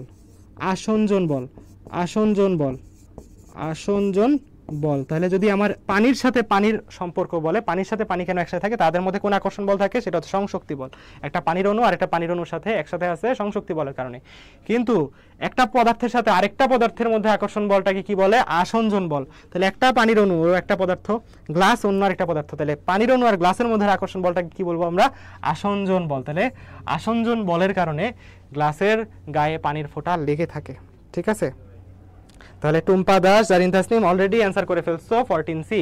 Very good, very good. তাহলে বাকি যারা, তারাও এখনই শিখে নাও জিনিসটা। ঠিক আছে, আমরা তারপরে সামনে আগেই দেখো, একই পদার্থের বিভিন্ন অণুর মধ্যে পারস্পরিক আকর্ষণ বলকে কি বলে? তোমরা একটু বলো তো, একই পদার্থের বিভিন্ন অণুর মধ্যে পারস্পরিক আকর্ষণ বলকে কি বলে? একই পদার্থের অণুসমূহের মধ্যে পারস্পরিক আকর্ষণ বলকে কি বলে? একই পদার্থের অণুসমূহের মধ্যে পারস্পরিক আকর্ষণ বলকে কি বলে? আগের কোয়েশ্চেন অ্যান্সার 14 এ কেন বলতেছো উম্মে সাদিয়া মুন্নি? আগের কোয়েশ্চেন অ্যান্সার আসঞ্জন বল ছিল, কারণ পানি একটা পদার্থ, গ্লাস আর একটা পদার্থ, তাহলে ভিন্ন পদার্থের মধ্যে আকর্ষণ বলটা হচ্ছে আসঞ্জন বল। এখন তোমাকে জিজ্ঞেস করা হয়েছে পরের কোয়েশ্চেনে, 15 নম্বর কোয়েশ্চেনে, একই পদার্থের বিভিন্ন অণুর মধ্যে পারস্পরিক আকর্ষণ বলকে কি বলে? সবাই অ্যান্সার করো তো, একই পদার্থের বিভিন্ন অণুর পারস্পরিক আকর্ষণ বলকে কি বলে? 15B বিক্রম সানা, Tumpa Das 15B, Umme Sadia Munni 15B, Zarin Tasnim 15B। সংশক্তি বল। ঠিক আছে, তাহলে ক্লিয়ার। আমরা সামনে যাই। 1 মিটার দৈর্ঘ্যের একটি তারকে, মানে আমাদের বড় হাতের এল দেওয়া আছে, এটাকে টেনে 0.01 শতাংশ, এই কথাটার মানে কি? পার্সেন্টেজ ভাইয়া, এই কথাটার মানে হচ্ছে পার্সেন্টেজ, মানে এত পার্সেন্ট বৃদ্ধি করা হয়েছে। তাহলে বিকৃতি কত হবে? বিকৃতি মানে আমরা কি জানি বলতো? পরিবর্তন, মানে পরিবর্তিত দৈর্ঘ্য ডিভাইডেড বাই আদি দৈর্ঘ্য, তাহলে পরিবর্তনটা কত বলতো? আগের দৈর্ঘ্য কত? 1 মিটার, পরিবর্তনটাকে বলা হয়েছে আগের দৈর্ঘ্যের 0.01 শতাংশ বৃদ্ধি করা হয়েছে, মানে এতটুকু পরিবর্তন হয়েছে। আগের দৈর্ঘ্য যত ছিল তার 0.01 শতাংশ এটা বৃদ্ধি পাইছে, মানে অতটুকুই পরিবর্তন। তাহলে আগের দৈর্ঘ্য সেটা কত? 1, এটা এর মানে গুণ 1 এর কত পার্সেন্ট? 0.01%। তাহলে অ্যান্সার হচ্ছে 0.01%। কিন্তু কথা হচ্ছে আমার এখানে অ্যান্সারটা পার্সেন্টেজে দেওয়া নেই, মিটারে দেওয়া। মিটারে দেওয়া। এখন প্রথম কথা হচ্ছে যে এখানে মিটার না, আমাদের বিকৃতির কোনো একক হয় না, এটা ভুলে আসছে, ঠিক আছে, বিকৃতির কোনো একক হয় না। তো আমাদের পার্সেন্টেজে না, আমাদের নর্মালি এটার অ্যান্সার কত হবে, সেটা হচ্ছে পার্সেন্ট যেহেতু দেওয়া নেই, তাহলে পার্সেন্টেজটাকে উঠাইতে হবে। পার্সেন্ট কীভাবে উঠায় ভাইয়া, পার্সেন্ট উঠে হচ্ছে 100 দ্বারা ভাগ করে, তাহলে পার্সেন্ট হচ্ছে উঠায় 100 দ্বারা ভাগ করে, তাহলে এটা কত হবে বলো, 100 দ্বারা ভাগ করবো, মানে দুইটা শূন্য দ্বারা ভাগ করা হচ্ছে, তাহলে 0.2 ঘর বামে শিফট হবে, তাহলে এক ঘর শিফট হবে, আরেক ঘর শিফট হবে, তাহলে কি হবে এটা 0.0001 এত হবে আমাদের বিকৃতি। তাহলে অ্যান্সার কোনটা তোমরা বলো, 0.0001, তাহলে আমাদের অ্যান্সার কোনটা হবে? আচ্ছা 0 পয়েন্ট অনেকে 16 এ বলতেছে, 16 এ হবে না, 16 এ হয়তো যদি এখানে পার্সেন্টেজ দেওয়া থাকতো, তোমার এখানে পার্সেন্টেজে দেওয়া নেই, তাহলে পার্সেন্টটাকে সরাইতে হবে, শতাংশটাকে সরাইতে হবে, সরানোর জন্য আমরা 100 দ্বারা ভাগ করতে হবে। তাহলে দেখছো আমাদের খুব কেয়ারফুলি প্রত্যেকটা কোয়েশ্চেন অ্যান্সার করতে হবে, ঠিক আছে। হয়তো আমরা আংশিক করার পরেই দেখবো অনেক অপশনের সাথে মিলে যাইতেছে, এইগুলোই হচ্ছে আমাদের কৃষির প্যাটার্ন, মানে কৃষির প্যাটার্নটা তোমাকে বোঝানোর চেষ্টা করতেছি আমরা এই ফ্রি ক্লাসগুলোর মাধ্যমে। কৃষিতে কোয়েশ্চেন কিভাবে আসে, খুবই সহজ কোয়েশ্চেন, পারার মতো কোয়েশ্চেন, কিন্তু তোমাকে খুব সতর্কতার সাথে অ্যান্সারগুলো করতে হবে। তো কোন জায়গায় ভুল হয় আমরা সেই ভুলগুলো নিয়ে বেশি কথা বলবো, যে এই জায়গাতে ভুল হয় যেন তোমার মনে পড়ে, আমি এই জায়গায় ভুল হয়, এই জায়গায় আমি খেয়াল করবো যে ভুল হইতেছে না, আমার যেন ভুল না হয়, ঠিক আছে। তাহলে আমরা বুঝতে পারলাম অ্যান্সার হবে 16 বি, ঠিক আছে, 16 বি হবে অ্যান্সার, ঠিক আছে। সবাই বুঝছো, আশা করি সবাই বুঝছো, তাহলে সবাই বুঝছো, ঠিক আছে। সবাই ক্লিয়ার কিনা বলো, 16 বি অ্যান্সার সবাই ক্লিয়ার কিনা? 16 বি অ্যান্সার সবাই ক্লিয়ার কিনা? 16 বি অ্যান্সার সবাই ক্লিয়ার কিনা? ওকে ওকে ওকে, পার্সেন্টেজটা তোলার জন্য 100 দ্বারা ভাগ করছি, হ্যাঁ পার্সেন্টেজটা তোলার জন্য আমরা 100 দ্বারা ভাগ করছি, তাহলে আমাদের অ্যান্সার আসবে 100, দুইটা শূন্য দ্বারা ভাগ করেছে, তো 0.2 ঘর বামে শিফট হবে, ভাগ করে যে কটা শূন্য দ্বারা ভাগ করে 0.7 তত ঘর বামে শিফট হয়, তাহলে 2 ঘর বামে শিফট হলে 1 ঘর শিফট হলে আরেক ঘর শিফট হলে, তাহলে দুইটা 0 এক্সট্রা আসবে, তাহলে 0.00, আর আগে থেকে তো 01 ছিলই, তাহলে এটা হবে আমাদের অ্যান্সার। পরে কোয়েশ্চেনে যাই, দেখো দৈর্ঘ্য বিকৃতির একক কি, 17 অ্যান্সার বলো। আচ্ছা সৃজিতা রয় ইকুয়েশনটা আর একটু বুঝাই দিতে বলতেছো। আচ্ছা ভাইয়া তোমাকে আমি আরেকবার সবাইকে একটু বুঝাই, দেখো এই কোয়েশনটা অনেকেই আমি বুঝতেছি হয়তো ক্লিয়ার না, তো আমি একটু সবার জন্য একটু ক্লিয়ার করি, সবাই একটু মনোযোগ দিয়ে শুনবো, হ্যাঁ। বিকৃতির ফর্মুলা কি, ছোট এল বাই বড় এল। ছোট এলটার পরিচয় কি, কতটুকু দৈর্ঘ্য পরিবর্তন হচ্ছে, মানে কতটুকু বৃদ্ধি বা কতটুকু হ্রাস পাইতেছে। আর নিচের দৈর্ঘ্যটার পরিচয় কি, বড় হাতের এল হচ্ছে আদি দৈর্ঘ্য, তাহলে আদি দৈর্ঘ্য কত ছিল, এখানে 1 মিটার ছিল, তাহলে নিচে আমরা 1 বসাইছি। এখন কতটুকু বৃদ্ধি পাইছে, এখানে কতটুকু পরিবর্তন হয়েছে, ছোট হাতের এল ভ্যালু কত বলা আছে বলো, আগের দৈর্ঘ্যের 0.01 শতাংশ, শতাংশ মানে পার্সেন্টেজ, তাহলে আগের দৈর্ঘ্যের 0.01 শতাংশ, তার মানে ছোট হাতের এল এর ভ্যালু কত হবে, আগের দৈর্ঘ্য যেটা হচ্ছে আমাদের কত 1, আগের দৈর্ঘ্য যেটা হচ্ছে আমাদের 1 সেটার সাথে কত হবে 0.01% গুণ হবে, তাহলে এই দেখো 0.01% গুণ হবে, তাহলে আমরা এখানে এল ছোট এল এর ভ্যালু পাইতেছি 0.01%, এখানে বসাই দিলে এখন অ্যান্সারটা 0.01%, তাহলে অপশনে 0.01 আছে, তাহলে পার্সেন্ট তো নাই, তাহলে পার্সেন্ট ছাড়া অ্যান্সার, তাহলে পার্সেন্ট উঠাইতে হবে, পার্সেন্ট রাখা যাবে না। পার্সেন্ট উঠানোর নিয়ম হচ্ছে 100 দ্বারা ভাগ করা, পার্সেন্ট উঠানোর নিয়ম হচ্ছে 100 দ্বারা ভাগ করা, তাহলে তুমি 100 দ্বারা ভাগ করে দিবা, তাহলে পার্সেন্ট আর নাই। এখন পার্সেন্ট নাই, এটা ক্যালকুলেশন কিভাবে করবা, দুইটা শূন্য দ্বারা ভাগ, তাহলে 0.2 ঘর বামে যাবে, লিখে রাখতে পারো নিজেরা, যতগুলো শূন্য দ্বারা ভাগ করা হয় 0.2 তত ঘর বামে শিফট হয়, তাহলে দুইটা শূন্য দ্বারা ভাগ করেছে 0.2 তত ঘর কই যাবে, বামে যাবে, মানে কই যাবে, এখান থেকে এক ঘর এখানে যাবে, আর এক ঘর এখানে যাবে, তাহলে 0.2 তখন এখানে চলে আসবে, তার মানে এই দুই ঘর কি আমরা শূন্য দ্বারা ফিল আপ করবো, ঠিক আছে। তাহলে তখন আমাদের অ্যান্সারটা কত হবে 0.00 আর 01 তো ছিলই, তাহলে আমাদের অ্যান্সার হবে 16 বি। সবাই ক্লিয়ার কিনা বলো, সবাই ক্লিয়ার কিনা বলো, সবাই ক্লিয়ার কিনা বলো, সবাই ক্লিয়ার, হ্যাঁ সবাই ক্লিয়ার। পরের কোয়েশ্চেন 17 কি ছিল, দৈর্ঘ্য বিকৃতির একক কি, এটার অ্যান্সার অনেকে দিয়ে ফেলছো, আর যে বাবলা, টুম্পা দাস, বিক্রম সানাত, তাসনিয়া তুবা, আমাদের বিকৃতির একক নাই। সিগমার একক কি সবাই একটু বলো, সিগমার একক কি, পয়জনের অনুপাতের একক কি, দৈর্ঘ্য বিকৃতির কোনো একক হয় না, ঠিক আছে, কোনো বিকৃতিরই কোনো একক হয় না। তোমাকে জানতে চাইতেছি সিগমা, পয়জনের অনুপাত, পয়জন অনুপাতের একক কি, পয়জনের অনুপাতের একক কি, পয়জনের অনুপাতের একক কি, পয়জনের অনুপাতের একক কি, আমি তোমাদের কাছে জানতে চাইতেছি, বিকৃতির তো একক হয় না, তাহলে পয়জনের অনুপাতের একক কি হয় বলো তো, পয়জনের অনুপাতের একক কি হয়, পয়জনের অনুপাতের একক কি, জানিন তাসনিম বলছো নাই, হ্যাঁ পয়জন অনুপাতেরও কোনো একক নেই, হ্যাঁ একক নাই, তাহলে আমরা এই জিনিসগুলো মনে রাখবো যে আমাদের বিকৃতির যেমন একক হয় না, পয়জন অনুপাতেরও সিগমারও কোনো একক হয় না, ঠিক আছে।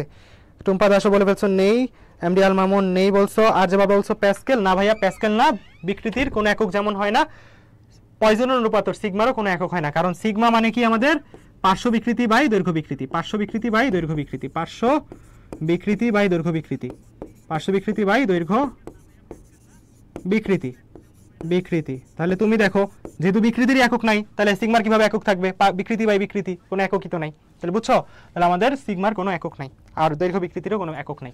পয়জনের অনুপাতের কিভাবে প্রকাশ করা যায়? সূত্রের মাধ্যমে পয়জন অনুপাতকে কিভাবে প্রকাশ করা যায়? খুবই গুরুত্বপূর্ণ কোয়েশ্চেন, সহজ কোয়েশ্চেন, একদম সহজ কোয়েশ্চেন কিন্তু খুবই গুরুত্বপূর্ণ। ঠিক আছে, দেখো এটার অ্যান্সার কোনটা হবে তোমাদের থেকে আমি একটু শুনতে চাই।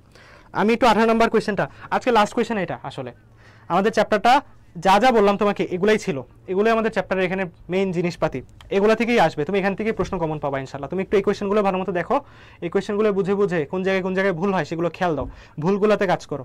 ঠিক আছে, তাহলে আমাদের এখানে একটু খেয়াল করো তো যে পয়জনের অনুপাত প্রকাশ করা যায় কোনটা দিয়ে, সিগমার এখানে ভ্যালু কোনটা হবে, সূত্র কোনটা হবে? আসলে সূত্র জানতে চাইছে, সোজা ভাষায় সূত্র জানতে চাইছে এখানে। তাহলে অ্যান্সার কোনটা হবে একটু বলো, সবাই একটু দেখে বলার চেষ্টা করো তো।